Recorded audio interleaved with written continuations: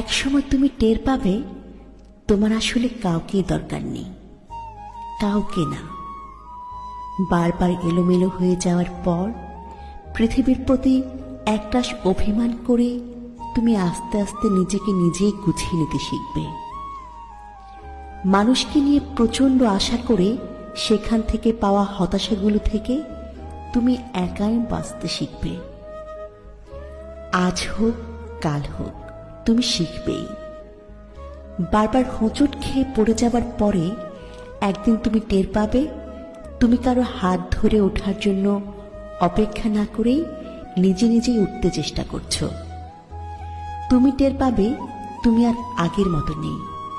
সেই প্রচন্ড রকমের ইমোশনাল, অভিমানী, বেশি আশা করা এবং অল্পতে হতাশ হয়ে যাওয়া সেই দুঃখ বিলাসী মানুষটা তোমার মাঝে আর বাস করে না। কষ্টগুলো, হতাশাগুলো তোমাকে বদলে দেবে।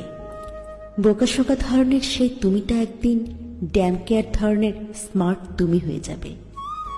সেদিন তোমাকে প্রতিনিয়ত কষ্ট দেয়া, হতাশ করে দেয়া কিংবা ধাক্কা দিয়ে ফেলে দেয়া মানুষগুলো ভীষণ চমকে যাবে। কেউ কেউ ফিরে আসতে চাইবে তোমার কাছে। তুমি সেদিন মুচকি হেসে নিজের জীবন সাজাতে ব্যস্ত হয়ে যাবে।